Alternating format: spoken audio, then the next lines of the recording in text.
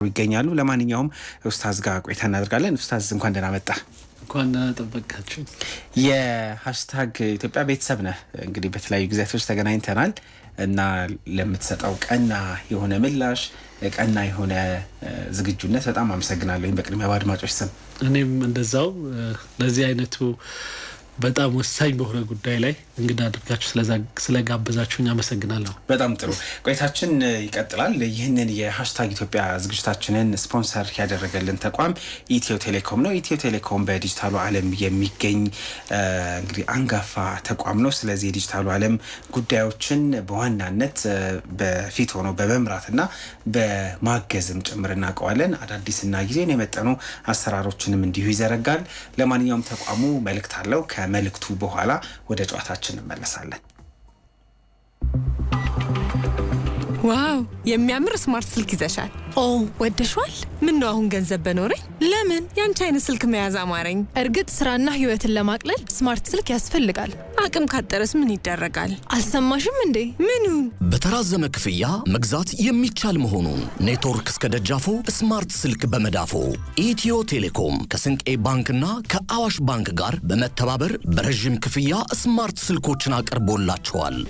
በዚህ አጋጣሚ ፈጥነሽ ተጠቀሚ። ማን ወደ ኋላ ይላል? ስለ ስልኮቹ መረጃ ማግኘት ይቻላል? ሳምሰንግ ጋላክሲ ኤ26፣ ሳምሰንግ ጋላክሲ ኤ16፣ ZTE ኤ34፣ ZTE ብሌድ፣ ቴክኖ ፖፕ 10፣ አይቲኤል ኤ50፣ አይቲኤል ኤ06ኤስ በቴሌብር ሱፐር አፕ ወይም ኮከብ 127 መሰላል ዲቫይስ ፋይናንሲንግን መርጠው ይመዘገባሉ። ከዚያም ወደ ኢትዮ ቴሌኮም አገልግሎት መስጫ ማዕከላት ጎራ ብለው በቅድሚያ ክፍያውን በመፈጸም ቀሪውን በ6 ወይም በ12 ወራት ቀስ ብለው በወር ከ959 ብር ጀምሮ እየተጠቀሙ ይከፍላሉ። ወሰንሽ? አይኔን ሳላሽ። አቅምን እናገናዝባለን፣ ምኞት እናቀርባለን።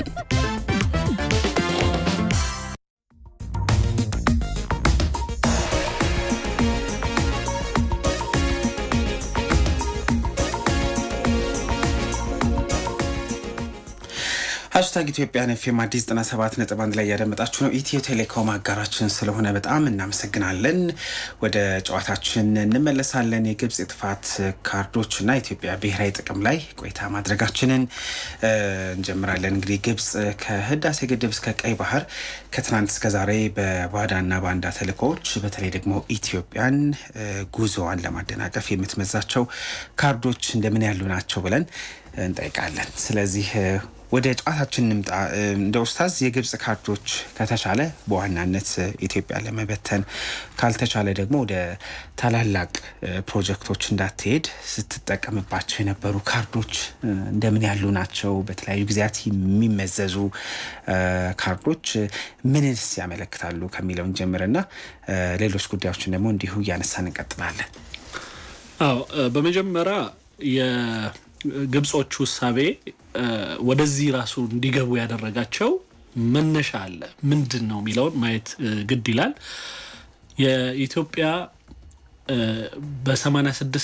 በ86.5% የሚሆነው በናይል የጥቁር አባዩ ማለት ነው በእኛ ውሃ ከተለያዩ ወንዞቻችን ወደ ጣና ከገባ በኋላ ከዛ በኋላም ደግሞ በተከዜ በኩልና ሌላ በባሮ በኩል እነዚህ ወንዞች በቀጥታ ወደ ሱዳን ከገቡ በኋላ ከሱዳን ወደ ግብጽ ይሄዳሉ። ግብጽ ከደረሱ በኋላ በእነሱ ሰደል ዓሊ ወይም ትልቁ ግድብ የሚሉት ላይ ይገባል። ስለዚህ እነሱ በሪዘርቭ የያዙት ወደ 168 ቢሊዮን ሜትር ኪዩብ ውሃ አለ። ከዛ በኋላ ደግሞ ወደ የተረፈውን የተወሰነውን ወደ ባህር ይሄድባቸዋል ከአቅማቸው በላይ ሆኖ በጣም ብዙ በሚሆንበት ወቅት የተወሰነውን ደግሞ አሁን ላይ የተለያዩ ፕሮጀክቶችን እንደ ቱሽካ አይነቶችን እያዘጋጁ ውሃውን ሪዘርቭ እያደረጉ ነው። ይሄ እሳቤ ከምን የመነጨ ነው? አሁንም ኤኒ ታይም በማንኛውም ሁኔታ ድርቅ ከመጣብን ወይም የውሃ እጥረት ከመጣ ማካካሻ የግድ ያስፈልገናል የሚል የራሳቸው ዝግጅት ነው። እንግዲህ ለራሳቸው ምን ያህል በደንብ የተዘጋጁበት እንደሆነ ነው የሚያሳየን። በዛው ደግሞ ከዚህ ሁሉ ፕሮሰስ ውስጥ ደግሞ የምንረዳው በቃ ሪዝቃችን ወይም ደግሞ ሲሳያችን ያለው ኢትዮጵያ ውስጥ ነው። ስለዚህ ይህን የኢትዮጵያ ውሃ እኛ ጋር ያለምንም መቋረጥ ያለምንም ችግር እንዲመጣ ከተፈለገ ኢትዮጵያ ውስጥ ምንም ነገር ይሄ ውሃ ማገልገል የለበትም የሚል ሴታፕ አለ። በቃ ይሄ ቋሚ የሆነ የግብጽ በኮንስቲቲዩሽኑ ላይ ራሱ አንድ መንግስት በሚመረጥበት ወቅት ሊያስከብር የሚገባው ነገር ተብሎ የናይልን ውሃ ወይም የጥቁር አባይ እነሱ ሰማያዊ ውሃ ይሉታል፣ ኒሉል አዝረቅ ይሉታል በአረብኛው።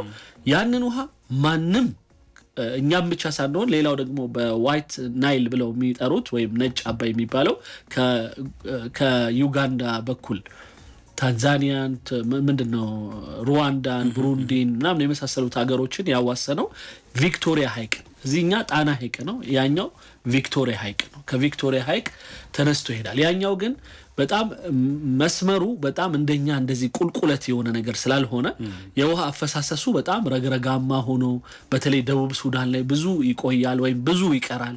ስለዚህ የሚሄድላቸው ወደ 10-15% ብቻ ነው ከጠቅላላው የውሃው ድርሻ እነሱ ጋር ከሚደርሰው የኛ ነው 86.5% የሚይዘው።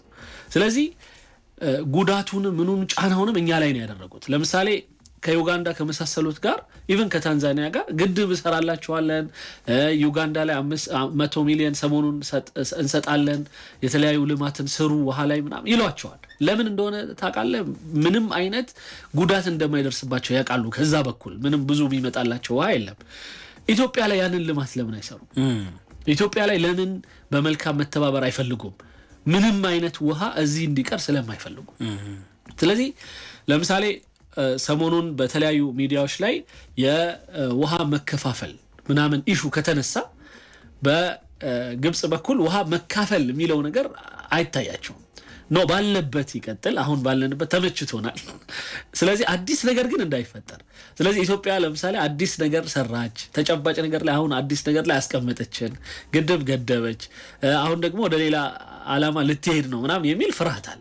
ስለዚህ ይሄን ፍርሃት ሁሉ ለመቋቋም ይሄንን ፍርሃትን የሚወጡበት አካሄዶች ብዙ ናቸው። ከዛ ውስጥ ዋናውና ትልቁ ቢችሉ ከዚህ በፊት እንዳደረጉት በቀጥታ ኢትዮጵያን መውረር፣ ማስወረር እና ኢትዮጵያ ላይ ይሄንን ውሃ ምንም አይነት ጉዳት ሳይደርስበት ወይም ደግሞ በእነሱ እሳቤ እኛ ኢትዮጵያኖች ሳንጠቀመው ውሃው በቀጥታ እነሱ ጋር የሚሄድበትን ነገር ይሰራሉ። ስለዚህ የመጀመሪያው በጦርነት ሞክረዋል በአካል በ1875 በ1876 እና ኢስማኤል ኺዴዊ ልጆቻቸው ምናምን የተለያዩ የዴንማርክ የአሜሪካ የመሳሰሉት ትላልቅ የጦር አዛዦችን አሳትፈው ኢትዮጵያን ወግተዋል። የመጀመሪያው ቀላል ናት፣ ኢትዮጵያን ባንዴ እንጨርሳለን ቶሎ ብለው 2000 ብቻ ወታደር ይዘው መጥተው ሞክረውናል፣ ተሸንፈዋል። በአፄ ዮሐንስ በአራተኛው ማለት ነው። እንደገና ደግሞ በሁለተኛው በ1876 በዛው አመት አይ ልክ አልነበረም ሂሳባችን ብለው 20,000 ከ2000 ወደ 20,000 ወታደር አሳድገው መጡ። በዛም ተሸነፉ። ይሄ ጉንደትና የጎርዓ ጦርነት ይባላል። ከሱ በፊትም በኋላም የተወሰኑ አንዳንድ እንደዚህ አይነት ሙከራዎች አሉ፣ ታሪክ የዘገባቸውም ያልዘገባቸው። ከዛ በኋላ ሲያዩት በፊት ለፊት የሚሆን አይደለም። ሌላው ይሄ የቅኝ ግዛት የምናምን ነገር መውደቅ ጋራ እና አገራት ሁሉ ነፃ መውጣት ጋራ ተያይዞ የሚከተሉት ሌሎች አንተ ያልከው ይሄ የቢስቡት ካርዶች ሌሎች ሆነዋል። ከቢስቧቸው ካርዶች አንደኛና የመጀመሪያው በተለይ በቀደምቱ ሂደቶች ውስጥ የነበረው አንደኛ እርስ በርስ እንዳንተማመን፣ እርስ በርስ በፍጹም ተከባብረን አንድ ስራ ላይ እንዳንሰራ፣ የሆነ ስራ ከጀመርን ያ የጀመረው መንግስት እንዳይጸና የሚያደርጉ ማንኛውንም ስራዎች ይሰራሉ ማለት ነው። ይሄ በደህንነቶቻቸው እንደዚሁም በባንዳና በባዳዎቻቸው የሚሰሩት ስራ ነው። ስለዚህ ይሄ አንደኛው ካርዳቸው ነው። በትክክል የተለያዩ ተቃዋሚዎችን በመደገፍ ረገድ የሚታወቅ እና እነሱ እንደ ኩራትም የሚያነሱት ለምሳሌ የኢትዮጵያ ባህር በርን ያሳጣ የሆነው የኤርትራ መገንጠልን ኢሹ በምናነሳበት ወቅት የኤርትራ ቋሚ አጋር ነን፣ ኤርትራ ማለት ለኛ የስትራቴጂ አካል ናት፣ የባህር በር ጠባቂ ናት። ምንም እኮ ኤርትራን የሚጠቅም ነገር ሰርተው አያውቁም። ኤርትራ ላይ ለምሳሌ ልማት ሰርተው አሁን ካለችበት እና ከነበረችበት ነገር ያሻሻሉት ነገር ምንም የለም። እንዲህ ነው የሚባል ግብጾች የሰሩት የልማት አቅጣጫ የለም እነሱ ላይ ከኤርትራውያኖች ጋር በተለይ ማለት ነው። እንደው አንዳንዴ እንደውም ሱዳን ላይ መራዊ የሚባለው ግድብ ላይ ትንሽ አግዘዋል፣ ዩጋንዳ ላይ ያለው ግድብ ላይ ትንሽ አግዘዋል ምናምን እንላለን እንዲሁ ልብ ለመያዝ ያህል። ግን ኤርትራ ውስጥ ምን ሰሩ ስንል በጣም ኢምንት ነገር ነው። አንዳንድ የሶላር ነገር የኤሌክትሪክ ጉዳይ ላይ ትንሽ ነገር እንዳገዙ እንሰማለን። ከዛ ውጪ ግን ይህ ነው የሚባል ተጨባጭ የሆነ እና ስር ነቀል የሆነ በጣም የሚታይ ነገር ግን አልሰሩ ምንም። ስለዚህ የሚፈልጓት ልክ ከዚህ በፊት እንደሚሉት እንደ አንድ ኢትዮጵያን እንደ ማስቸገሪያ እና በፈለግነው ጊዜ ያው ወደ እንትንም ስላለ አንደኛ የባህር በርም አለ፣ ሁለተኛ የኢትዮጵያ ደግሞ ከኤርትራ ጋራ የድንበርም እንትን ስላለ መዋሰን ስላለ በቀላሉ ኢትዮጵያ ላይ የፈለጉትን ነገር ለማድረግ የሚችሉበት ሁኔታ እንዳለ መተማመኛ ነው የያዟት። ስለዚህ ይሄ ብቻ አይደለም፣ ሌሎችም ማንኛውም ተቃዋሚ በኢትዮጵያ ውስጥ ብዙ ጊዜ ያው ተቃዋሚ ሲባል ብዙ ጊዜ አነሳሱ ምኑም ብዙ ጊዜ በደካማም ሁኔታም ስለሚነሳ እርዳታ ይፈልጋል። ስለዚህ እርዳታውን አብዛኛው የምትሸፍነው ግብጽ ናት። ስለዚህ ይሄ ሌላው አንዱ ካርዷ ነው። በጣም እያሰፋናቸው እንሄዳለን። በተናጠል የምንመለከታቸው ነገሮች ይኖራሉ። እንዳልከው ቀደም ሲል ወደ ኋላ መለስ ብለ ከቀደመው ጊዜ ጀምሮ እስከ ቅርቡ የቀይ ባህር ጉዳይ ላይ ኢትዮጵያ ድምጿን ስታሰማ የመጀመሪያ ምላሽ ሰጪዎች ተቃዋሚዎች ግብጾች ሆነዋል። ስለምን የኢትዮጵያን አቋሞች ስለምን የኢትዮጵያን የመልማት ጉዞ መቃወም ለነሱ እንደ ስጋት ሆኖ ይቀርባል? ምንድነው መነሻቸው? አንድ ሀገር የመልማት መብት አለው። አንድ ሀገር ያለውን ሀብት የመጠቀም መብት አለው። ኢትዮጵያ ደግሞ እንግዲህ በዲፕሎማሲውም እንዲሁም ደግሞ የመልማት መብቷንም ተጠቅማ ነው የህዳሴ ግድብንም እንግዲህ በዜጎቿ ተሳትፎ ያጠናቀቀችው። በዚህ ውስጥ ኢትዮጵያ ድምፅ አታሰማም ግብጽ ውስጥ በሚከናወን ልማት። ግብጾች በተቃራኒው ኢትዮጵያ ውስጥ በሚከናወኑ ከህዳሴ ግድብም አሁን ደግሞ ከቀይ ባህርም ጉዳይ ጋር በተገናኘም የመጀመሪያዎቹ ድምፅ አሰሚዎች እነሱ ናቸው እና የኢትዮጵያ ቀና ማለት ስለምን ያሰጋቸዋል? ምንድነው ዋና ምክንያቱ ማለት እንችላለን? ከዛ ወደ ውስጥም ወደ ውጭ ማውጣትን ደግሞ ካርዶቻቸውን እያየን እንቆያለን። ይሄ መነሻ ላይ ያነሳውት ነገር ነው። የነሱ ትልቁ ስጋት ምንድነው? እሱ ኢትዮጵያ ላይ ልማት ከመጣ ኢትዮጵያ ላይ ብልጽግና ከመጣ የማደግ ነገር ከመጣ በውሃ ላይ እስከዛሬ ድረስ እየተከተልነው የነበረው ስትራቴጂ ልክ ያልነበረ ነው። በውሃ ላይ ያለን አቋም ከሰማይ የሚመጣልንን ብቻ በአመት አንድ ጊዜ እየጠበቅን ያችንም በተገቢ ሁኔታና አሁን ባለው ቴክኖሎጂ የታገዘ እና ዘመኑን የዋጀ የሆነ የእርሻ አጠቃቀምን የውሃ አጠቃቀምን እየተጠቀምን አይደለም።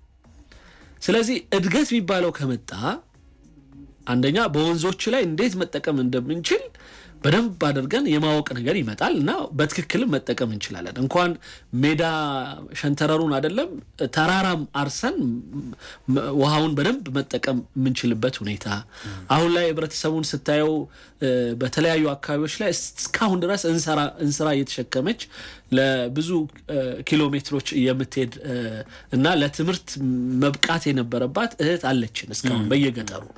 ሌላው ቀርቶ በየከተማው ጀሪካን ይዘው ቢሰለፉ ሰዎች እስካሁን አሉ። በሳምንት አንዴ ወይም ከዛ በታች የሚታጠቡ ቤተሰቦችና ወንድሞች እህቶች አሉን አሁን። ስለዚህ ይሄ ምንድነው የሚለውጠው ይሄን ነገር ስትል እድገት ነው። አንድ ሀገር ማደግ ሲጀምር በደንብ መበልጸግ ሲጀምር እና ቴክኖሎጂን በደንብ ማወቅ ሲጀምር የዓለምን አጠቃላይ ሂደትን ሲያይ እና አዳዲስ ቴክኖሎጂን አምጥቶ ያለውን ሪሶርስ የተለያዩ በተለይ ከውሃ ጋር የተያዙ ሀብቶችን በደንብ መጠቀም ሲጀምር ያኔ ለነሱ በነሱ ቤት ማለት ነው ይሄ የሚመጣውን ውሃ ሼር ያደርገናል በቃ። ስለዚህ በሪሶርስ መጋራት ሂደት ውስጥ ሁለት አይነት አካሄዶች ነው ያሉት። አንደኛው የቀማኛ አካሄድ ነው።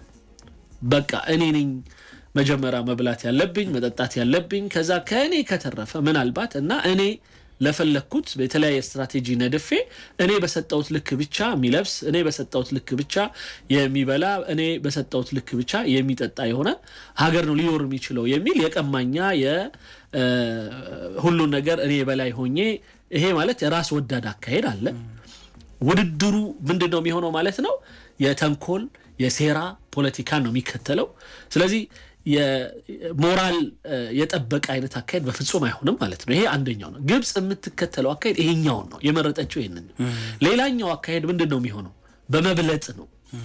በቴክኖሎጂም በልጠህ የተሻለ መጠቀም ሰተህ በመቀበል ለምሳሌ አንተ ውሃ ላይ እንኳን ብትጎዳ ከውሃው ባሻገር ያሉ ሌሎች ነገሮችን በማካካሻነት መጠቀም። ለምሳሌ ኢትዮጵያ በዚህ የህዳሴ ግድብ ለምሳሌ ያሳየችው ትልቅ ነገር ምንድነው? በአፍሪካ ትልቁ የኤሌክትሪክ አምራች ሆናለች አይደል? የመጀመሪያው። ስለዚህ ይህንን ኤሌክትሪክ ተጠቅማ ግብጽ በጣም በርካሽ ዋጋ ልክ እንደ ሱዳንንም አበረታታ ራሷም እንደዛው ይሄንን ኤሌክትሪክ በደንብ ገዝታ እሷ ብቻ አይደለም አሻግራ ራሱ እኔ አስተላላፊ ሆኜ ለአውሮፓም ለመሳሰሉትም ማገዝ እችላለሁ ብላ ኢትዮጵያን በማገዝ የውሃ ፍጆታዋን እና ወይም በውሃ መልክ የሚመጣላትን የተለያዩ ኢምፖርት የምታደርጋቸውን ነገሮች ማከካስ ትችል ነበር ለኢትዮጵያ። ሌላው ኢትዮጵያ ውስጥ ለምሳሌ የውሃ ልማቶችን ማገዝ ራሱ ውሃን በጣም ማስፋፋት ነው አይደል? ለምሳሌ እኛ ሀገር በጣም በእንቦጭ ምክንያት ጣና ላይ የሚባክን የውሃ መጠን በጣም ሰፊ ነው። ኢትዮጵያ ውስጥ አሁንም ኤሌክትሪክ ባለመኖሩ የውሃ ቅድም ያልናቸው ሂደቶች በጣም በቀላሉ መገኘት ስላልቻሉ ሰዎች ደን ይጨፈጭፋሉ። ደን ጨፈጨፉ ማለት ደግሞ ሀገሪቱን ወደ ድርቅ ወሰዷት ማለት ነው። እነሱ የሚፈሩት አሁን ረጅም ድርቅ፣ መካከለኛ ድርቅ፣ ዝቅተኛ ድርቅ እያሉ ከሚፈላሰፉ ድርቅን እንዴት እናስቀር የሚለው ላይ ከኢትዮጵያ ጋር የጋራ የሆነ እሳቤ ቢያስቡ ይሄ የሚባለው ችግር ይጠፋል ማለት ነው። ስለዚህ ችግሩ ምንድነው? እኔ በሚታየኝ የስግብግብ የሆነ ራስ ወዳድ የሆነ በመቀማት ላይ የተመሰረተ በመከልከል ላይ የተመሰረተ በማገድ ላይ የተመሰረተ እና ይሄንን ካደረኩኝ ብቻ ነው እኔ ሰርቫይቭ ማደርገው ወይም ምንሰራራው መቆየው የሚለው እና ሌሎችን በልቼ ነው ምኖር። ይሄ ደግሞ ጥንታዊ ልክ ከዚህ በፊት በቅኝ ግዛቶች አስተሳሰብ የሚመራ የነበረው የሰዎችን ንብረት ወይም የሌሎችን ሀብት በኃይል ሄዶ በመቀማት ላይ የተመሰረተ በኃይል ካልቻልክ ደግሞ በተለያየ ሴራዎች በመቀማት ላይ የተመሰረተ የሆነ ፖለቲካ ነው የምትመራው። በቃ ይሄ ነው ትልቁ ምክንያት። ስለዚህ እዚህ ያለ ማንኛውም ሲሳይ የኔ ነው። ስለዚህ አንድ ለምሳሌ እኛ ዛሬ እቺን እኔ እናንተ የምንጠጣት ውሃ እንግዲህ አንድ የግብፃዊ ድርሻ ናት ማለት ነው በእነሱ ሳቢ። ስለዚህ ይሄን ነው አስተሳሰብ መቀየር ያለባቸው ነው። ይሄ ውሃ የጋራ መደረግ ይችላል። ይሄንን ውሃ ከአንድ ብቻ ብርጭቆ ወደ 4 ብርጭቆ ማሳደግ የሚቻልበትን ኢትዮጵያ ላይ መስራት ይቻላል። በጣም ብዙ ውሃ ይባክናል። ኢትዮጵያ ውስጥ ብዙ ዝናብ ይዘንባል፣ የት እንደሚደርስ አይታወቅም። ስለዚህ ያንን የዝናብ ቁጥጥርን ስራ ለምን አላግዝም? ምክንያቱም በቂ የሆነ የውሃ ትምህርት ውስጥ እነሱ ከኛ የተሻለ ሄደዋል። ስለዚህ የሚሻለው የነበረው ተጠግተው ልክ ሌሎች አሁን ለምሳሌ እነሱ የሚወቅሷቸው ሀገሮች ለምሳሌ እስራኤል፣ ሌሎች ሀገሮች ኢትዮጵያ ውስጥ ጥሩ የሆነ የውሃ ላይ የእርሻ ላይ የመሳሰሉት እገዛ ከነሱ የተሻለ አድርገዋል። መሆን የነበረበት ግን በግልባጩ ነው። እነሱን ይወቅሳሉ። አሁን እስራኤል ገብታ ኢትዮጵያን በእርሻ ጉዳይ የምታግዘው እኛን ለመጉዳት ነው ብለው ያስባሉ። እንደዛ ከማሰብ የሚሻለው እኛ ገብተን አብረን መጠቀም ብንችል ልክ ሱዳን ላይ እንደሚያደርጉት። በነገራችን ላይ ሱዳን ላይ ብዙ የእርሻ እንትኖችን ይሰራሉ። ምንም እንኳን ሱዳኖቹ ተምረው ልክ እንደ ግብጾቹ 3-4 በአንድ ዓመት ውስጥ አርሰው የመጠቀም ደረጃ እንዲደርሱ ባይፈልጉም ነገር ግን ባለችው ግን እርሻ ሂደት ውስጥ ሱዳን ውስጥ የተመረቱ ነገሮችን የግብጽ እያሉ እያሸጉ የሚሸጡበት ደረጃ ደርሰዋል። ሄደው እጃቸውን አስገብተው ማለት ነው። በጣም ጥሩ ቆይታችን ይቀጥላል። እንደው ዛሬ በዋናነት እየተነጋገረን የምንገኘው የግብጽ እንግዲህ ኢትዮጵያ ላይ በተለያዩ ጊዜያቶች የመዘዘች የምትገኛቸው ካርዶችን ነው እየተመለከተን የምንገኘው። ያንን ስንጠቅስ በተለይ በውስጥም እና ደግሞ በውጭም ያሉ ጉዳዮችን በደንብ እናነሳለን እና እንደ መግቢያ እነዛ ካርዶች እንዴት ያሉ ናቸው ብለን እየተመለከትን እንገኛለን። ይህንን ፕሮግራም በኤፍኤም አዲስ 97.1 ይፋዊ የማህበራዊ ትስስር ገጾች ላይ መከታተል ትችላላችሁ። ዛሬ እንግዳችን ኡስታዝ ጀማል በሽር ነው። በሀሳብ መስጫ ሳጥን ላይ ጥያቄዎቻችሁንም አስተያየታችሁንም ብትሰጡ እንዲሁ እየተመለከትን ቆይታ እናድርጋለን።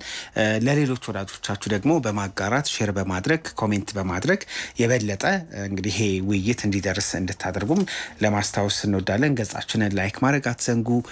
ከ203,000 በላይ ተከታዮች አሉት የዩቲዩብ ገጻችንንም እንዲሁም ሰብስክራይብ እያደረጋችሁ ከኛ ጋር እንድትቆዩ በአክብሮት እንጠይቃችኋለን። ወደ ሀገር ውስጥ የግብጽ ካርዶች ብንመጣ ደስ ይለኛል። በቀጥታ በተዘዋዋሪ የሚያነሳናቸው ቢሆንም ግን አንዳንዱ ነገር ሰፋ ብሎ መነገር አለበት። ያለው ጉዳት ከዚህ ጀርባ ያለው ምክንያት ምንድን ነው የሚለው ነገር ላይ ዜጎች ማወቅ ስላለባቸው ማለት ነው። ከኢትዮጵያ የውስጥ የፖለቲካ አለመረጋጋት ጀርባ ግብጾች እጃቸው እንዳለበት ይነገራል። ይሄ በተለያየ መንገድ ነው የሚገለጸው። ራሱ ተቃዋሚዎችን ከማደራጀት ፋይናንስ ከማድረግ ጀምሮ የሚያደርጓቸው ድጋፎች በጣም በዛ ያሉ እንደሆኑ ይሰማል። ስለዚህ ብናወራ ደስ ይለኛል ኡስታዝ።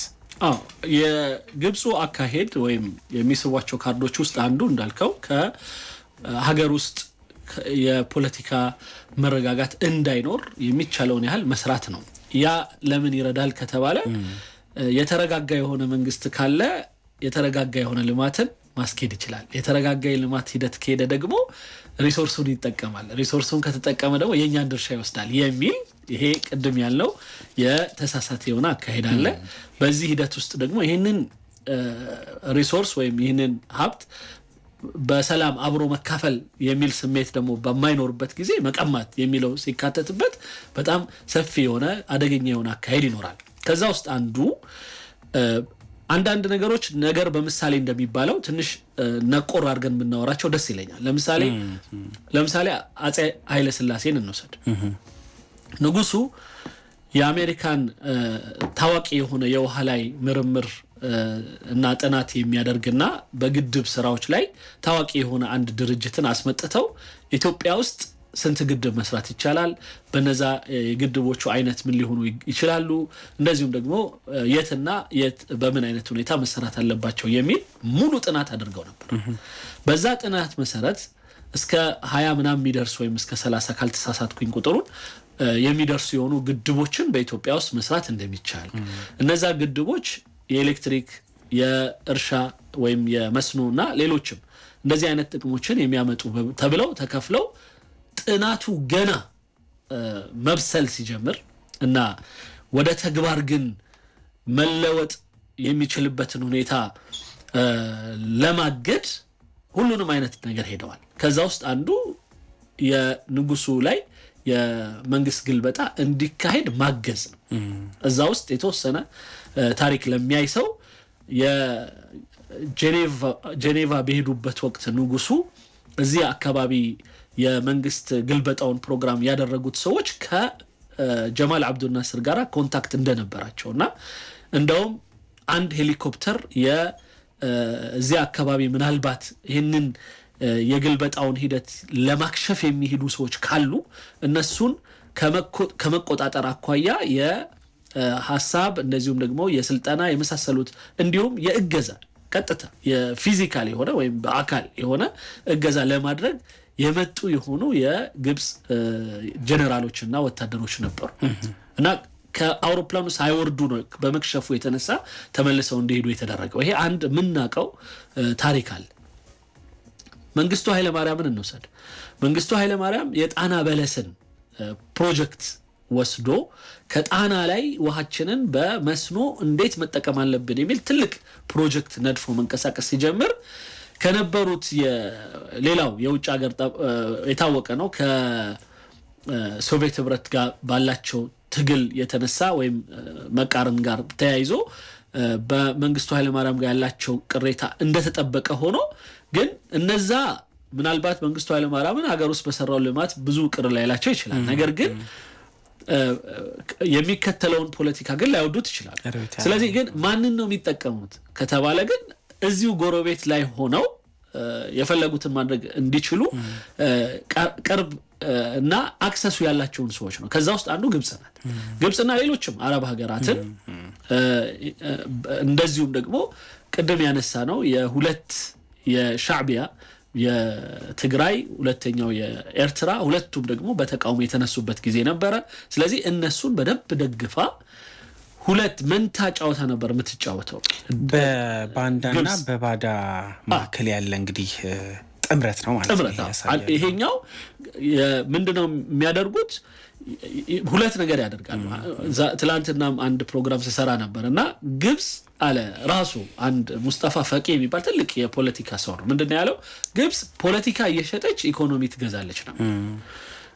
የውሸት ትርክቶችን ሌላው ደግሞ እዚህ አካባቢ የመካከለኛው ምስራቅና የአፍሪካ ቀንድ አካባቢ ሶማሌን፣ ኤርትራን፣ ጅቡቲን፣ ኢትዮጵያን ምናምን አካባቢ እንደ ስትራቴጂ ወስዳ የዌስተርኑን ወይም የምዕራባውያኑን ፖለቲካ እነሱ በሚፈልጉት መልኩ እንደምታስኬድላቸው ወኪል ነኝ የሚል ውክልና ወስዳ ልክ መካከለኛው ምስራቅ ላይ ከእስራኤልና ከፍልስጤም ጋር በተያያዘ የአረቦቹን የልብ ትርታ ከፍ ዝቅ እያደረገች በምትፈልገው መልኩ ከፈለገች አሜሪካኖቹን ይኸው እኛ እኮ ዝም ማለታችን ጉዳትን ሁሉ ዋጥ አድርገን መያዛችን እኮ ለእናንተ ብለን ነው ብላ ከእነሱ ገንዘብ ትቀበላለች፣ የሰላም ስምምነት ትፈርማለች። የመሳሰሉት ለመካከለኛው ምስራቅ የአፍሪካም ላይ ቀንድ ላይ ጨዋታዋ ያ ነው። በቀጥታ እዚህ አካባቢ ያለውን ሂደት እኔ ከኖርኩበትና እናንተ በምትፈልጉት አቅጣጫ ካስኬድኩት ብቻ ነው ጥሩ ሁኔታ የሚፈጠረው በሚል አይነት ፖለቲካ ከዛ በኩል የማማለል ስራና ገንዘብ የመቀበል ከዛ የምትወስደውን መሳሪያ ግን ለራሷም አጀንዳ ትጠቀምበታለች። ኢትዮጵያ ውስጥ የተለያዩ የልማት እንቅስቃሴዎች ከተፈጠሩ እነዛ የልማት እንቅስቃሴዎች መጨረሻቸው የእኛን እንዳልኩት ሲሳይ ይቀንሳሉ የሚል አጉል ፉክክር ውስጥ ስለገባች ኢትዮጵያን በጣም በሚጎዳ መልኩ ረድታለች። ብዙ ተቃዋሚዎችን ሬዲዮ ትከፍትላቸዋለች። ለምሳሌ ቀጥታ የሆነ የገንዘብ ኢትዮጵያ ጠል ድምጾች ከካይሮ ነው መነሻቸው።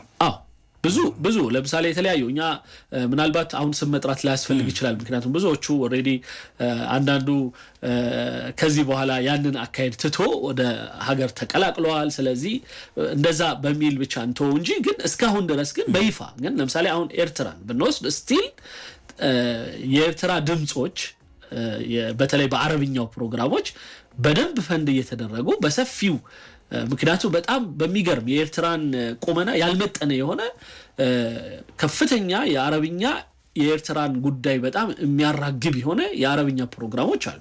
እነዚህን ፈንድ የሚያደርጉት እነሱ ናቸው። ያ ብቻ አይደለም፣ ጠብም ማንኛውም እኛ አካባቢ የሚደረጉ የጠብ አጫሪ ሂደቶችን በሙሉ የሚመሩት እነሱ ናቸው። ይህንን በይፋ ለምሳሌ በተለያዩ አሁን ላይ ባሉት ራሱ ፕሮግራሞቻቸው ኢሳያስ አፈወርቂና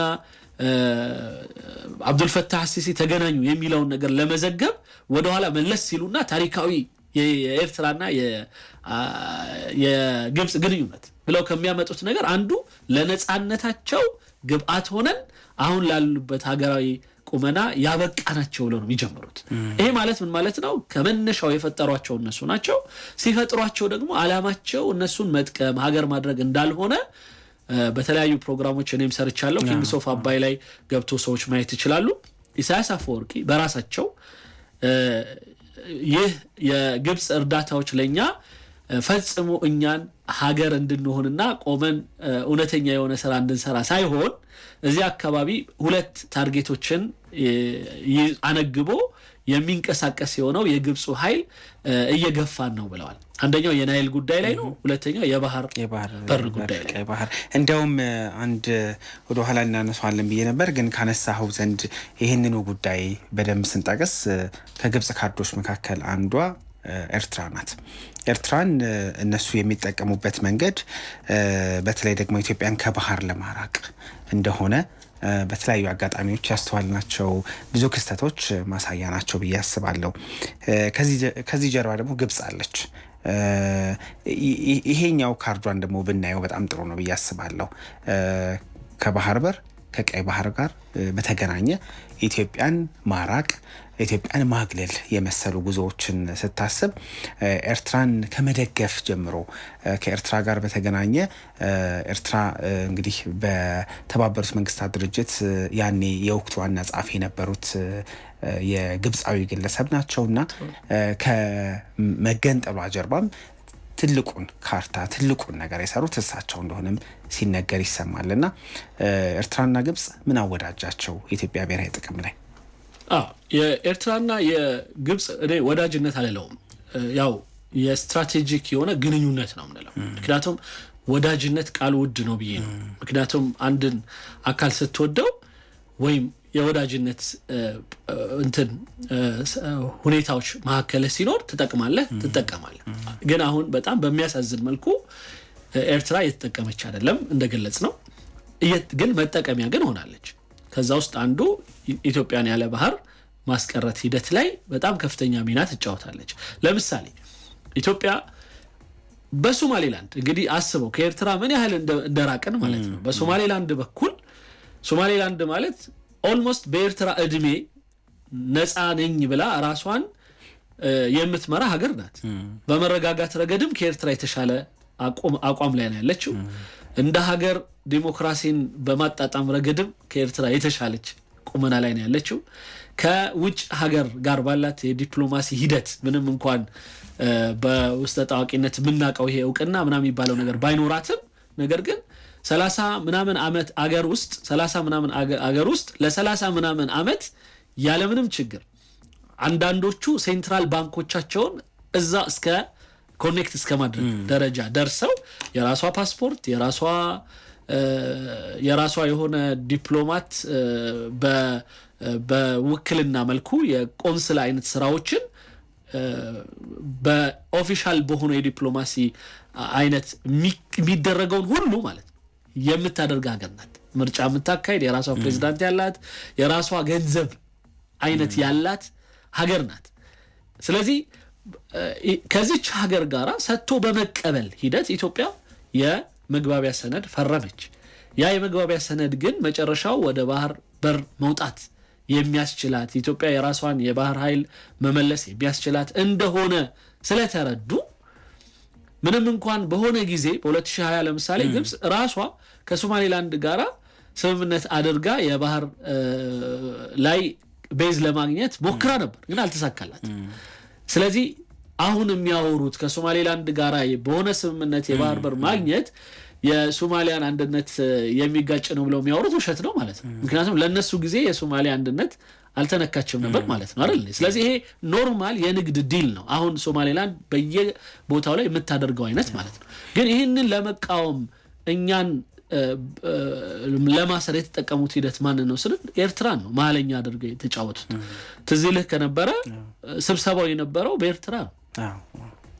ሐሰን ሼክ ማህሙድ መጀመሪያ ግብጽ ሄዱ፣ ከዛ ኢሳያስ አፈወርቂ ግብጽ ሄዱ፣ ከዛ ኢሳያስ ማነው አብዱልፈታህ ሲሲ ወደ ኤርትራ መጣ። ከዛ በኋላ የሶስትዮሹን ግን ሴራ ስምምነት ግን የፈጸሙት ግን ኤርትራ ውስጥ። ስለዚህ እንዲህ አይነት እኩይ የሆነ ተግባር ላይ ወይም ሴራዊ ተግባር ላይ በደንብ አሳሪ ሆና ወይም ደግሞ አስተሳሳሪ ሆና እንድትጫወት የመረጧት ሀገር ናት ማለት ነው። ኤርትራ ያሉ የወደብ አማራጮችን እንኳን ለመጠቀም እንቅስቃሴ ሲደረግ ቀድማ ነው ምላሽ የምትሰጠው።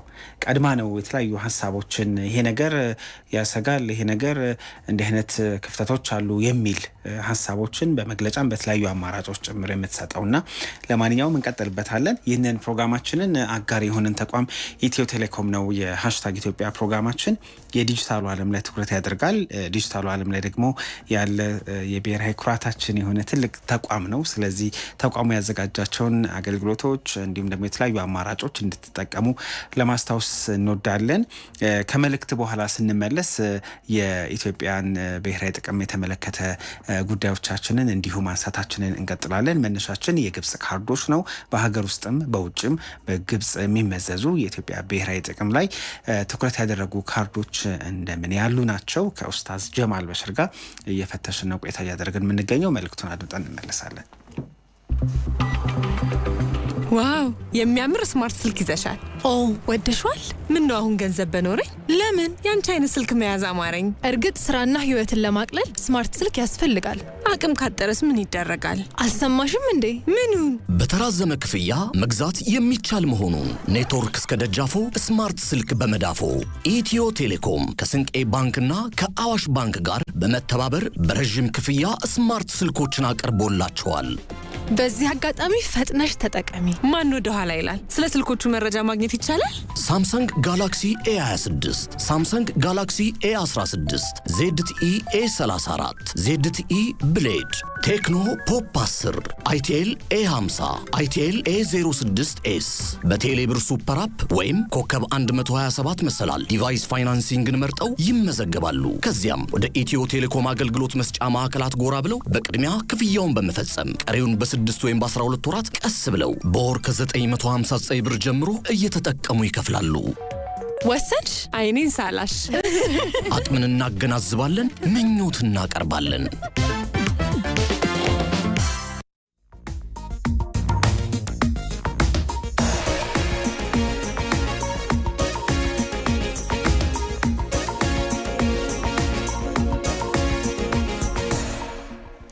ሃሽታግ ኢትዮጵያን ኤፍኤም አዲስ 97.1 ላይ ያደመጣችሁ ነው። በሬዲዮ ሞገድ በ97.1 በማህበራዊ ትስስር ገጾቻችን ደግሞ በፌስቡክ ገጻችን በምስል በዩቲዩብም እየተከታተላችሁን ስለሆነ እናመሰግናለን።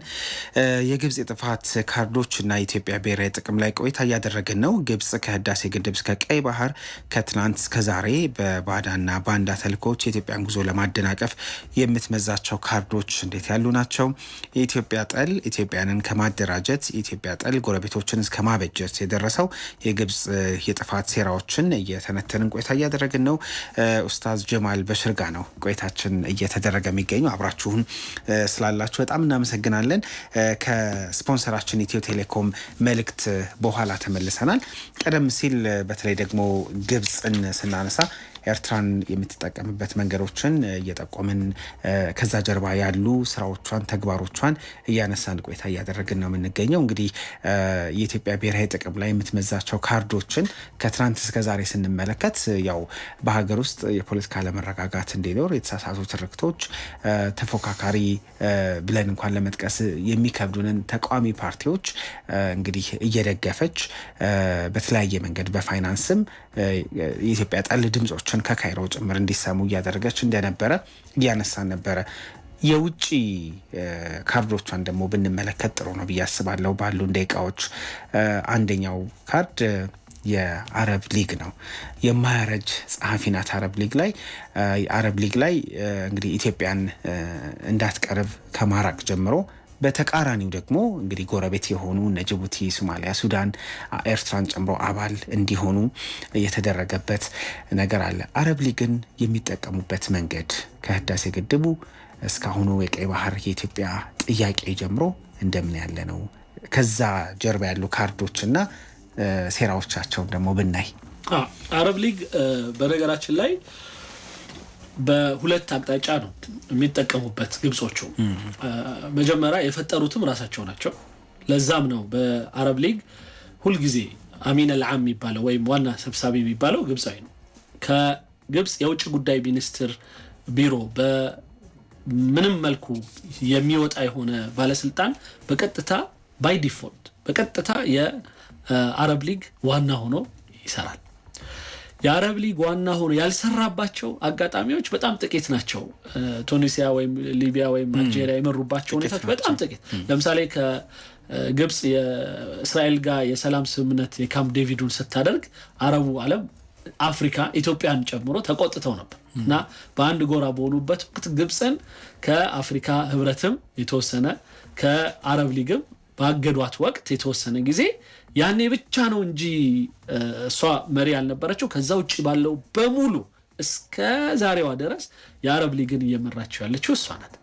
ስለዚህ ለምን ሰራችው ብለን ስናስብ ለሁለት አቅጣጫዎች ነው። አንደኛውና የመጀመሪያው ቅድም ያልናቸው በቃ በትክክለኛ የሆነ በአካል መጉዳት የምትፈልጋቸው እንደ ኢትዮጵያ አይነት አገሮችን እነዚህን አካሎች መሳሪያ ታደርጋቸዋለች። መሳሪያ ይረዳሉ፣ ገንዘብ ይረዳሉ፣ ሀሳብ ይረዳሉ። ቢያንስ በትንሹ አንድ ላይ ሆነው መግለጫ ያወጣሉ። ለምሳሌ ኢትዮጵያ ከሶማሌላንድ ጋር ያደረገችውን ወደ ባህር በር የመምጣት ምናምን መንገድ ተቃውመዋል የሚል መግለጫ ያወጣል። ህዳሴ ግድብ ተሞላ ሲባል ይነሱና አንድ ላይ ተሰብስበው ይሄ ሙሊት በተናጠል የተካሄደ መሆኑን አይተናል፣ ስለዚህ ግብጽ ባለመብት መሆኗን አረጋግጠናል ምናምን የሚል ግብጽ የምትጽፈውን ምንድን ነው የሚባለው መግለጫ የሚያነብ የሆነ ድርጅት ነው። በቃ ሌላ ነገር የለውም። ስለዚህ ይሄ አንዱ በአካል ወይም በተግባር የሚሰሩ እንትኖች ላይ የምትሰራው ተግባር ነው። ሌላው የአረብ ሊግ ውስጥ ያሉ አባላትን በሙሉ በተለያዩ ፎረሞች፣ በተለያዩ አጋጣሚዎች፣ በተለያዩ ስብሰባዎች የአስተሳሰብ ወይም ደግሞ የአመለካከት ማንሻፈፍን ስራ ትሰራበታለች። አንደኛ ለአረብ ያላትን ጽኑ እንትን ማሳያ ይሆናታል ማለት የውሸት ቢሆንም ማለት ነው። ምክንያቱም ለቅድም ባልነው የወዳጅነትና ሰጥቶ መቀበል ምናምን ስሜት ሲሆን እንደዚህ አይነቱ ነገር ደስ ይላል። ከዛ ውጭ ግን በስግብግብነት ላይ የተመሰረተ ይህንንም እምለው ዝም ብዬ ሳይሆን ሳዑዲዎቹ ለምሳሌ ኢማራቶቹ ምናምን በደንብ ራሳቸው ተጠናክረው ከግብፅ ጥገኝነት ትንሽ መላቀቅ በጀመሩበት ጊዜ በብዙ ጉዳዮች ላይ አሁን ላይ እኛም መሪዎች መሆን አለብን ለምን ግብጽ ብቻ የሚለውን ጥያቄ ከማንሳት ጀምሮ ሌሎችም ተቃውሞዎች ማድረግ ከመጀመራቸው በፊት ጀምሮ አሁንም ላይ ባሏት የተለያዩ በጣም ስር የሰደደ የሆነ እነሱ ውስጥ የመግባት ሂደት ከገንዘብ አኳያ እንደዚሁም ሚዲያዎቻቸውን ደግሞ ከመጠቀም አኳያ ለምሳሌ ሳውዲ ውስጥ አልዓረቢያ የሚባል ጣቢያ አለ። ስትከፍተው በኢትዮጵያ አጀንዳ የሚያወራው የግብፅን ፍላጎት እንጂ ኢትዮጵያን ያማከል አይደለም። በባህር ጉዳይም ስታነሳ እንደዛው። ሌላው ቀርቶ እስከ ሶማሌላንድ ሄዶ እየዘገበ ምን እያለ የሶማሌላንዶችን ድምፅ ሳይሆን የሚያሰማው በአብዛኛው ጫናው ወደ የሚፈልጉት አቅጣጫ ልክ ቅድም እንዳልከው ሶማሊያ ለምሳሌ ሶማሊያ አንደኛ በቋንቋ ደረጃ ከአረብኛ በጣም የራቀች ሀገር ናት። በአፍሪካዊነት የምትታወቅ ሀገር ናት። በፍጹም የአረብ ዝርያ ወይም ከአረብ ጋር የተያዘ ነገር ልክ እንደ ማንኛውም ሀገር በስደት በምናምን ከሄዱ ማህበረሰቦች ውጪ ምንም አይነት ስር የሰደደ የሆነ የዘራዊም ይሁን ወይም ደግሞ የጂኦግራፊያዊ የአረብ ንክኪነት የላትም ሙሉ በሙሉ። እንደዛም ሆኖ ግን አንቺ አረብ ነሽ ብለው አሳምነው ይሄንን ደግሞ ፖለቲካሊ ይጠቅማቸዋል። እናንተ አረብ ናችሁ ስለዚህ የአረብ ሊግ ሁኑ ከዛ በኋላ ምን ፈልገው እናደርጋለን አብረን በሚል ሴራዊ የሆነ የአረብ ሊግ ሹመት ነው ያገኘችው። እንደዛው ጅቡቲንም ብንወስድ አሁን ሶማሊያ ማለት ምን ማለት ነው? ሶማሊያ ማለት ኢትዮጵያ ውስጥ ቢያንስ ከአንድ ሶስተኛ በላይ የሆነ ቁጥር ኢትዮጵያ ውስጥ የሚኖር ሶማሊያ አለ። እንደዛም ሆኖ ኢትዮጵያን የአረብ ሊግ ለማድረግ ፍላጎትም የላቸውም። እንደውም ጭራሽ ሐሳቡንም እንድታነሳ አይፈልጉም። አፋር ጅቡቲ ማለት የአፋርና የሶማሌ ስብስብ ነው አይደል? አፋር ደግሞ ብዙ ቁጥር ያለው ማህበረሰብ ያለው ኢትዮጵያ ውስጥ ነው። ስለዚህ ጅቡቲ እንደ ማህበረሰብ አፋር አረብ ከሆነች እና ውስጧ ያሉት ሰዎች ግን አፋሮች ከሆኑ ኢትዮጵያ ባይ ዲፎልት አረብ መሆን ነበረባት ማለት ነው። ቤኒሻንጉል ይባላል ለኛ አረብ ነው፣ ከሱዳን ጋር ግንኙነት አለ። ሱዳን አረብ ከሆነች ኢትዮጵያም የሱዳን የአረብ ሰዎች ዜጎች አሉባት ማለት ነው። ስለዚህ እነዚህን በሙሉ ስትሰበስበው ምን ማለት ነው? ወይም የአረብኛ ተናጋሪ ማለት ነው። እና እንደዚህ አይነት ሰዎች አሉን ማለት እኛ ለአረቦች የበለጠ እንቀርባለን ማለት ነው። ለሊጉ ከሚመጥኑ የተሻለ ሆነ በቋንቋም ሴሜቲክ እንትን ቋንቋ ከመሆኑ አንጻር በሃይማኖት ስንመጣ ኢትዮጵያ ውስጥ በትንሹ 50 ሚሊዮን ህዝብ አለ ካልን ሙስሊም ማህበረሰብ ያ ማለት ምን ማለት ነው? ሶማሌ፣ ጅቡቲ፣ ሌላው ቀርቶ ኢማራት፣ ሳዑዲያ እነዚህ ቁጥሮች በሙሉ ተደምረው ማለት ነው። ወይም ደግሞ ወደ ግብጽ ስትመጣ ደግሞ ኦልሞስት ከግማሽ በላይ የሆነ ቁጥር ሙስሊም ቁጥር አለን ማለት ነው። ለእስልምና ወደ ኢትዮጵያ መምጣትም እንደ ሀገር ኢትዮጵያ ያበረከተችው አስተዋጽኦም ቀላል የሚባል አይደለም። እንግዲህ የተሳሳቱ ትርክቶች ግን ትሰጣለች አይደለ? በተለያዩ ቦታዎች ላይ ከእስልምና ጋር የተገናኙ እንግዲህ ማህበረሰብን ሊይዙ የሚችሉ አሳሳች ትርክቶችንም ጭምር በመስጠት ጭምር የኢትዮጵያን አበርክቶ የማጠልሸት ስራ ውስጥ እንዴት ይገለጻል? ልክ ነው። ስለዚህ የአረብ ሊጎቹ ላይ ያለውን ሁኔታ እንግዲህ በዚህ መልኩ እናያለን። ስለዚህ አረቦቹን በማስተባበር ቀጥተኛ የሆነ ጣልቃ ገብነት እና እርዳታ በማድረግ ኢትዮጵያን የሚጎዳ ነገር መስራት አንዱ ነው። ሁለተኛው የኢንፎርሜሽን የአስተሳሰብ ምናምን ማጣመም ሂደቶችን በመስራት ረገድ እና የነሱን ፕላትፎርም በመጠቀም የአረቡንና የሙስሊሙን ዓለም አስተሳሰብ ሼፕ ማድረግ ላይ በጣም ስራ ይሰራሉ። አንድ ነው ይሄ። አሁን ያነሳው ደግሞ ከሃይማኖት አንፃር ብዙ ጊዜ ትስስራችን ከኢትዮጵያ ጋር ከግብጽ ጋራ የኮፕቲክ ቸርች ብቻ የሚመስለን ሰዎች አለ። እርግጥ ነው በሱም ላይ ሄደው ቀኖና ላይ ሌሎችም ነገሮች ላይ በመጽሐፉ በትክክል ያልተደገፉ የሆኑ ነገር ግን ፖለቲካዊ የሆኑ ነገሮችን እንዳራመዱ የሃይማኖቱ ባለቤቶች ከክርስቲያን ወገኖቻችን የሚሉት ነገሮች አሉ። እነሱ ምናልባት ዲቴል ቢሄዱበት የተሻለ ይሆናል እንጂ ማለት ነው። አንድ ይሄ ነው። ግን በሙስሊሙ ብዙ ጊዜ ያለ አይመስለንም እንጂ በሙስሊሙ ላይ ደግሞ ሁለት አይነት አካሄዶች አላት። አንደኛና የመጀመሪያው ማህበረሰብ ባይ ዲፎልት ሃይማኖቱን ይወዳል። ሁላችን ሃይማኖታችንን እንወዳለን። ስለዚህ ለሃይማኖቱ የተሻለ ደጀን የሃይማኖቱ ትልቅ የሆነ ኃላፊነት ያለበት የሆነ ሀገር በመምሰል ልብን ወደሷ የመውሰድ ስራ ሰርታለች። ስለዚህ ነው አሁን ለምሳሌ የኛ አባቶች እኛን ጀማል ብለው እስከ መሰየም ሳዳት ብለው ይሰይማሉ። ሳዳት አንዋር ሳዳትን እንትን አንዋር ብለው ይሰይማሉ። የመሳሰሉት ባህላችንን በምናይበት ወቅት መጠጣችንን ቤታችን ላይ መጅሊስ ምናምን ምንለው አለባበሳችን በምናይበት ወቅት ወደነሱ በፍቅር ምክንያት የተሳበ ነው። ግን ያ ፍቅር የመጣው በባዶ አይደለም። የሃይማኖትን ትርክት በመሳብ ነው። ግን እውነት የሃይማኖት ጉዳይ ለነሱ ትልቅ ቦታ ተሰጥቶት ግን በተለያዩ አጀንዳዎች ላይ ቅድሚያ ሲሰጡት እናያለን ስትል አይደለም። ያ የተጋለጠው ለምሳሌ በፈለስጢን ጉዳይ ነው። ፈለስጢኖች ያን ሁሉ ችግር ውስጥ በሚገቡበት ወቅት እኛ እንርዳችሁ ብለው ከሌላው ማህበረሰብ የተለየ ነገር ሲሰሩ አላየናቸውም። እውነት ለሃይማኖትም ለአረባዊም እነት ስሜት የተሻለ ነገር አላቸው ቢባል ፈለስጢን ላይ እናየው ነበር። እንደውም አሁን ሰሞኑን በአሜሪካ በኩል የአብዱልፈታህ አሲሲን አንዳንድ እንትን ምንድነው ሞገሳ ነገር ሲያነሱ ካነሱለት ጉዳይ አንዱ በጋዛ ጉዳይ ላይ የወሰደውን የተለሳለሰ አቋም እንደ አንድ ሽልማት ወይም እንደ አንድ ውለታ አድርገው ነው የወሰዱለት። ይሄ ማለት ምን ማለት ነው?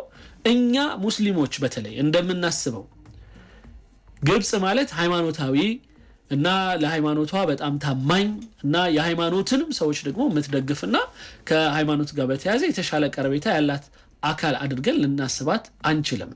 ለዛ ማሳያዎች አሁን ያልኩት እንዳለ ሆኖ ሁለተኛው ሌላው ማሳያ ግብጾች ይህን ያህል ዓመት ለምሳሌ በኮፕቲክ ቸርች ከክርስቲያኖቹ ጋር ያን ያህል ግንኙነት ሲያደርጉ በእኛ በኩል በጣም ብዙ የሚባሉ የእኛ መምህራኖች ሳይቀሩ አዝሃር የሚባለው ዩኒቨርሲቲ ሄደው ሲማሩ ምን ሲሉ ግን በብላሹ ለምሳሌ ከግብጽ ወደ ኢትዮጵያ የመጣ ሃይማኖታዊ ነገር ምንድን ነው ብለን ስናስብ ከቲዮሪ ውጪ ምንም ነገር የለም። መጽሐፍ ልከው ይሆናል።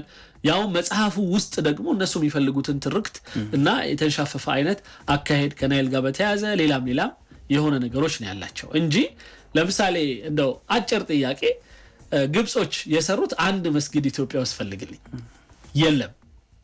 ኢማራቶች የፒያሳውን መስጊድ ሰርተዋል፣ የቄራውን መስጊድ ሰርተዋል፣ ሌላም ሳውዲዎች በጣም ብዙ በመቶዎች የሚቆጠር በገጠሩም ይሁን በየአካባቢዎች ላይ ሰርተዋል። ይሄ ሃይማኖቱን የሚያፈቅር እና ካንተ ጋር ያለው የወዳጅነት ትስስር ልማታዊም እንደገና ደግሞ ድጋፋዊም በሚሆንበት ወቅት የሚታዩ ነገሮች ናቸው። ግብጽ ግን በዚህ ሂደት ውስጥ የታለች? አንድም ለምሳሌ ሌላው ቀርቶ የመን በአቀማቸው ጃሊያል የመንያ የሚባል የራሱ የሆነ ትምህርት ቤት ነበረናል። የየመን በጣም ብዙ እንትኖች አሉን እርዳታዎች ኢትዮጵያ ውስጥ ያሉ አንዳንድ የሚጠቀሱ ማለት ነው። ሳውዲ እንደዛው ቀዛፊ ወይም ደግሞ ጋዳፊ በጣም ብዙ ነገሮች ላይ ረድቶናል እንደ ሀገር። ሌሎችም በትምህርት ሴክት ላይ በጤና ሴክት ላይ እንደ ኩዌቶች ብዙ መስጊድ ሰርተዋል። በነገራችን ላይ አፍሪካን ኤጀንሲ የሚባል ድርጅት እንደነ አብዱራህማን አሱሜት የሚባሉ ሰው የሚመሩት ኢትዮጵያ ውስጥ ገብተው የውሃ ላይ ስራ በጣም ብዙ ሰርተዋል። ብዙ ገጠር ውስጥ እርዳታ ሰርተዋል ምናምን። ይሄ ማለት ይሄ የሚያሳየን ምንድን ነው? ሃይማኖታዊን ትርክት ዝም ብሎ የኢትዮጵያውያን ሙስሊም ህዝብ ልብ ከመያዝ የዘለለ ነገር አልሰሩም። በተቃራኒው ግን ኢትዮጵያ ለምሳሌ እስላማዊ ሀገር ወይም ደግሞ እስልምና ያለባት ሀገርና በደንብ እስልምናውን ፕራክቲስ የሚያደርግ ሀገር እንደሆነች መናገር አይፈልጉም። በተቃራኒው እንደው እስልምና ጠል ከእስራኤል ጋር ሆና እስልምናን የምታጠቃ ከእስራኤል ጋር ሆና አረቦች ላይ ጠላትነት የተነሳች በሚል ጨፍልቀው ሙስሊሙን ክርስቲያኑን አንድ ላይ ነው የሚወነጅሉት። የተሳሳተ ትርክት። ስለዚህ ይሄ የሚያሳየው ሌላም ነገር አለ። በነገራችን ላይ እንዲሁ ዲቴል ውስጥ ከገባን በዛ ይላል የምታከናውናቸው የተለያዩ የተሳሳቱ ትርክት አካሄዶች ቀይ ባህር ፎረም ላይ እንድንርቅ ወደ ቀይ ባህር እንዳንመጣ የባህር በር ጥያቄ አሁን በክቡር ጠቅላይ ሚኒስትር ዶክተር አብይ አህመድ ከመነሳቱም አስቀድሞ ሀሳቡ በተለየ መንገድ እንዳይነሳ ከመከላከል ጀምሮ ፎረሙ ላይ የማራቅ ፎረሙ ላይ ይሄ ጥያቄ እንዳይነሳ ከማደራጀት ጀምሮ የሰራችውን ስራ እናንሳና እንግዲህ ይሄንን ሁላ የምንጠቅሰው እነዚህ ነገሮች አሉ። መቼም የብሔራዊ ጥቅም ጉዳይ የፓርቲ የመንግስት አይደለም፣ የዜጎች ነው። ፓርቲ ሊቀር ይችላል፣ መንግስት ሊቀር ይችላል፣ ሀገር ይቀጥላል። ብሔራዊ ጥቅማችን ማንደራደርባቸው ቀይ መስመሮች ግን ያስፈልጋሉ እና ምን ማድረግ አለብን የሚለው ላይ እናነሳለን። ከቀይ ባህር የተገለልንበት አጋጣሚ ላይ ግብጽ የነበራት ድርሻ እንደምን ያለ ነው ኡስታዝ? እሱን ንገረንና ማጠቃለያ ሀሳብ እንሰጣለን ባለን 10 ደቂቃ። ያው ቅድም አንስተነዋል። ኢትዮጵያን ከባህር በር ላይ ለማራቅ የሄደችባቸው ርቀቶች ለምሳሌ ኤርትራን አንስተናል። ከኤርትራ በፊት ደግሞ በነበረው ሂደት የቱርክን እንደዚሁም ደግሞ እሷን ቀኝ ግዛት ሲያደርጓት የነበሩት እንግሊዝን፣ ፈረንሳይን የመሳሰሉትን ሀገር በመጠቀም እነሱን በመርዳት በአካል ማለት ቀኝ ግዛትም ውስጥ ሆኖ አንዳንዴ የቀኝ ግዛቶች ሂደት ዞሮ ዞሮ የሆነ ጊዜ ሊቀር እንደሚችል በሚያስብ አይነት አስተሳሰብ ይመስላል። ለምሳሌ ልክ ናይልን ከጫፉ እንቆጣጠር የሚለው ሂደት እንደነበረ ሁሉ ኢትዮጵያን ከባህር ደግሞ የማራቁ ሂደት ላይ ምጽዋ ላይ ያሉ ዜላ ላይ ያለውን የኛን ወደብ እኛ በጣም አክሰስ የነበረንን ወደቦች በመቆጣጠር አንዴ በክራይ አንዴ በምናምን ስም ገብቶ ከዛ በኋላ የራሴ ማድረግ ስራዎች በጣም ተሰርተዋል። አንዳንዴ በኃይል አንዳንዴ በኪራይ ስም ተገብቶ በተለያዩ ሴራዎች ማለት ነው። እንደዚህ አይነት ነገሮችን ከማድረግ ባሻገር ደግሞ የኢትዮጵያ የባህር በርን እንዳታገኝ ከሚያደርጉ ሂደቶች ሄደችው የኤርትራውን ብቻ ሳይሆን ሳውዲን፣ ጆርዳንን፣ ኢማራትን ሌሎችንም በአረብ ሊግ ስም በማባበል የባህር ኃይል ወይም ደግሞ የባህር ተዋሳኞች ሀገራት የሚል አንድ ትልቅ የሆነ ድርጅት አላቸው በሳውዲ የሚመራ። ያ ድርጅት ውስጥ ኢትዮጵያ ልግባ ብላ ጠይቃ እንዳትገባ የማድረግ ስራ ሰርታለች። ስለዚህ ይሄ አሁንም ላይ ሁሉ የሚደሰኩሩት ነገር አለ። በቃ ቀይ ባህር የቀይ ባህር ምንድነው ስሙ የቀይ ባህር በር ላላቸው ሀገራት ብቻ የሚል አቋም ወስዳለች። ይሄንን አቋም የምታንሸራሽረው በእውነት ይሄን አይነት አስተሳሰብ በዓለም ላይ አለ ተብሎ አይደለም። ለምሳሌ ሌሎች ሀገራቶች ባህራቸውን ሼር እያደረጉ የባህር አጥ የሆኑ አካሎችን የባህር በር እንዲያገኙና ካገኙም በኋላ ደግሞ ከነሱ ጋር ጥሩ የሆነ የቢዝነስ ትስስር በማድረግ የመጠቃቀም ሂደት ነው ያለው በዓለም ላይ። ይህንን የሚጋጭ የሆነ አካሄድ ሌላው ኢትዮጵያን ወደ ባህር በር በምትመጣበት ወቅት እንደ ስጋት መቁጠር እና እንደ ስጋት ናት ብሎ የተለያዩ ኢንፎርሜሽኖችን መስጠት፣ ፕሮፓጋንዳ መንዛት። ለዛም ነው ለምሳሌ ሳውዲያን ሌሎችንም ይዝበታለሁ ብላ ነው ይሄንን የምትከተለው። ኢትዮጵያ እኮ በየብሱ ላይ ሶማሌ ላይ ለምሳሌ የሰላም አስከባሪ ሆናለች አይደል? ኢትዮጵያ በነገራችን ላይ በአፍሪካ ቀንድ በተለይ እንደዚሁም በአፍሪካ አካባቢ ላይ በሰላም ማስከበር ወታደሮቿን የተለያዩ አካባቢ በመላክ ትልቅ ቁጥር ያላት ሀገር ናት። በጣም ብዙ ስራ ሰርታለች ኢትዮጵያ። ስለዚህ በተለያየ ዓለም ላይ እንኳን በጽንፈኝነት እንኳን ስጋት ልትሆን ይቅርና ልትፈረጅ ይቅርና ስጋትን በመጉዳት እንደውም የሰላም አካል ተደርጋ በዓለም የተፈረጀችን ሀገር እነሱ ግን ወደ ቀይ ባህር ከበጣች ስጋት ናት የሚል አስተሳሰብን እየነዙ ነው ያሉት። ስለዚህ ይሄና መሰል ነገሮች ናቸው ተደማምረው ኢትዮጵያን ከባህር በር እንዲርቁ እያደረጉ ያሉት። ስለዚህ ይሄንን ነገር ለመቀየር ቅድም ያነሳው ነገር አንደኛ እንደ ማህበረሰብ እኛ ብሔራዊ ጥቅሞቻችን የት ናቸው ብሎ በደንብ መነጋገርና እነዛን 1 2 3 ብሎ ማስቀመጥ ግድ ይላል። እኔ ከዛ ውስጥ የኢትዮጵያ ብሔራዊ ጥቅም ተደርገው ሊታሰቡ የሚገቡ ጉዳዮች ውስጥ ድንበሯ አንዱ ነው። ሁለተኛ ባህሯን ከዚህ በፊት የነበረችበትን የባህር በር ላይ መኖርና የባህር ኃይል ኖሯት በነገራችን ላይ ስለ ባህር ኃይል ስታነሳ ኢትዮጵያ እኮ የግብጽ ሀገር እንደ ሀገር ከመቆምና ነፃ ሆና የራሷ የባህር ኃይል ከመኖሩ በፊት ኢትዮጵያ አስመራ ላይ የባህር ኃይል ኮሌጅ ነበራት። ስለዚህ እስከዚህ ደረጃ ትልቅ ስር የሰደደ ኢትዮጵያ ማለት የባህር ኃይል ብቻ ያላት ሀገር ሳትሆን አስተማሪ ነበረች። ስልጠናዎች ከተለያዩ አካባቢዎች ስልጠና መጥተው የሚወስዱ ስልጠና የሚሰጡ ሀገራት ማዕከል ነበረች። ለዛም ነው እኮ ከእንግሊዝ ጋር ከፈረንሳይ ጋር ከምናምን ጋር ነበር ውሎቿ ራሱ በቀኝ ግዛት ከታሰሩ አገሮች ጋር በተያያዘ የነበሩት ውሎች የ1902 የዳግማዊ ምኒልክን ውል ብትመለከተው በቀጥታ እኮ የተነጋገሩት እነሱ ከሚገዟቸው ሀገሮች ጋር ነው አይደል?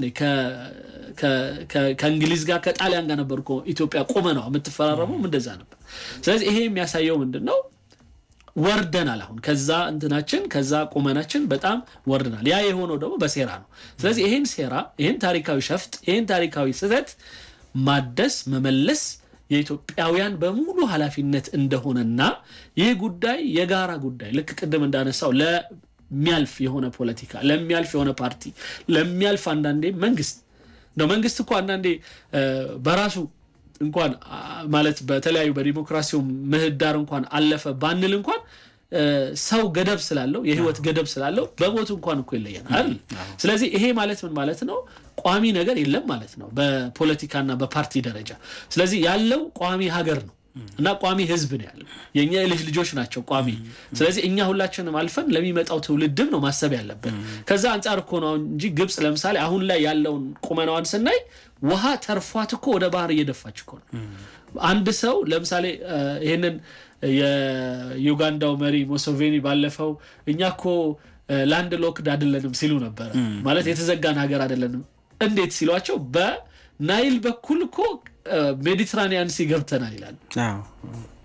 ወንዙን ተከተለ ስትሄድ መጨረሻው የሚሄደው ወደ ሜዲትራኒያን ሀይቅ ነው የሚገባው ወይም ኦሽን ነው የሚገባው። ያ ማለት ምን ማለት ነው? በጣም በጣም በጣም ቁጥሩ ከባድ የሆነ ውሃ እስካሁን ድረስ ከቀይ ባህር ከምንድነው ከባህር ጋር የተቀላቀለ ነው። በነገራችን ላይ እዛ ብቻ አይደለም ሱዳንም ላይ ቀይ ባህር ጋር ይቀላቀላል። እዛም ደግሞ ሜዲትራኒያን ሲ ጋር ይቀላቀላል። ይሄን ነው ቁርአኑም ላይ መረጀል ባህረይን ይልተቂያን ብሎ ይጠቅሰዋል። ሁለት ባህሮች አንድ ላይ ባህር ብሎ ነው የሰየመው። ለምን? በጣም ሂውጅ የሆነ አማውንት ወይም ሰፊ የሆነ ቁጥር ያለው ውሃ ወደ ባህር እየገባ ነው። አንድ ሰው በመርከብ ከሜዲትራኒያን ሲ መጥቶ ወደ ናይል የናስር ሐይቅ የሰራው የሰው ሰራሽ ሐይቅ በቀጥታ ይገባል። የመጨረሻ ሰዓታችንም ስለተጠናቀቀ አብዛኛውን ነገር አንስተነዋል። መጨረሻ ላይ አንተም ነካ አድርገኸዋል። አንዱ ጉዳይ እንግዲህ የብሔራዊ ጥቅም ጉዳይ በደንብ ሲታሰብ በተለያዩ አካላት የሚሰሩ ስራዎች እንዳሉ ሆነው እያንዳንዱ ኢትዮጵያዊ እያንዳንዱ ዜጋ በተለይ ደግሞ አሁን ጊዜው የዲጂታል አማራጭ ያለበት የዲጂታል የሆነ ትውልድ እየፈራ ያለበት እንደመሆኑ መጠን ብዙ ለዛ ብቁ የሆነ በእውቀት በክህሎት የበለጸገ ማህበረሰብ ያስፈልገናል። ልክ እንደናንተ አንደበት የሚሆኑ በኤክስም በፌስቡክም በኢንስታግራምም በተለያዩ አማራጮች ብዙ ሰራዊት ያስፈልገናል። ብሔራዊ ጥቅማችንን መነሻ ያደረገ ድምፅ እንዲጎለብት በዚህ ረገድ ማህበረሰቡ ከዛ ደግሞ የሚመለከታቸው አካላት በምን መንገድ መስራት አለባቸው የሚለውን ነገር እናንሳና እናበቃለን።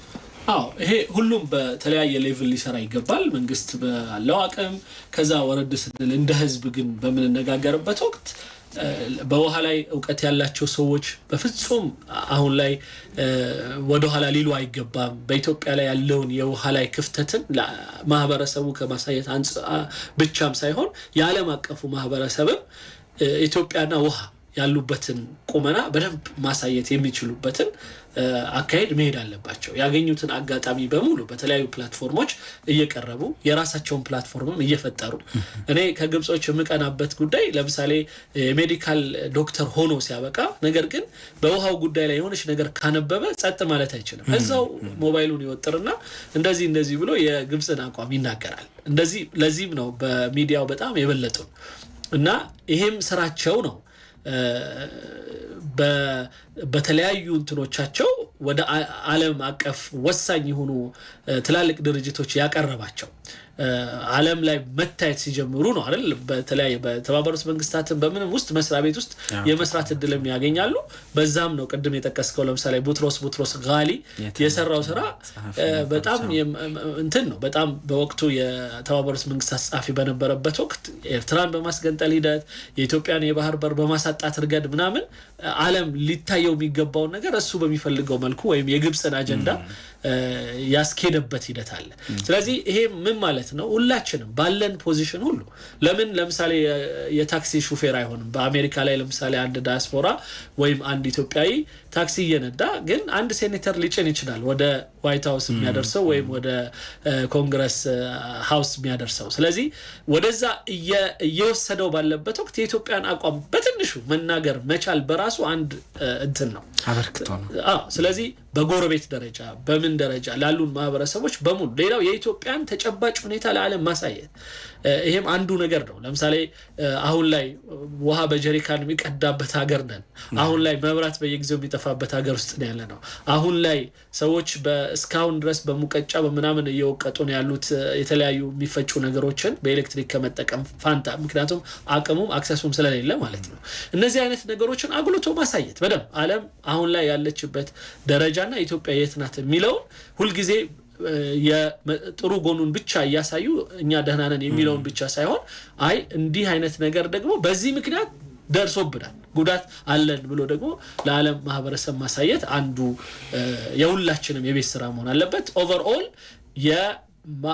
የሀገራዊ ህዝባዊ ጥቅሞችን ከተለያዩ የግል ጥቅሞች ማስቀደም ከፓርቲም ከፖለቲካም ኢቭን ከተለያዩ ምናልባት ለኛ ቅርብ የሆኑ የቤተሰብ አጀንዳ እንኳን የሀገርን አጀንዳ መምረጥ ወሳኝ ይመስለኛል በጣም ጥሩ ሲጠቃለል ሁሉም ኢትዮጵያዊ ለሀገሩ ብሔራዊ ጥቅም ድምጽና ዘብ ሆኖ መቀጠል አለበት እንገናኛለን ያው እኔ አይነቱ ሐሳብ በጣም ሰፊ ስለሆነ በጣም አመሰግናለሁ ኡስታዝ ጀማል በሽር የግብጽ ጥፋት ካርዶችና የኢትዮጵያ ብሔራዊ ጥቅም ላይ ቆይታ ስላደረግን አድማጭ ተመልካቾቻችን በምስልም ጭምር ስለሚመለከቱን በዩቲዩብም እንዲሁም በፌስቡክ ገጻችንም ይህንን ጉዳይ መነሻ አድርገን ኡስታዝ ጀማል በሽር ጋር ነው ቆይታ ያደረግነው የስፖንሰራችን ኢትዮ ቴሌኮም የመጨረሻ መልእክት አለ ከዛ በኋላ የጣቢያችን ፕሮግራሞች ይቀጥላሉ #ኢትዮጵያ አብቅቷል ሰለሞን ጫላ አስተናግጃችኋለሁ ቴክኒኩ ላይ ሄኖክ አብሮን ነበረ ጤና ይስጥልን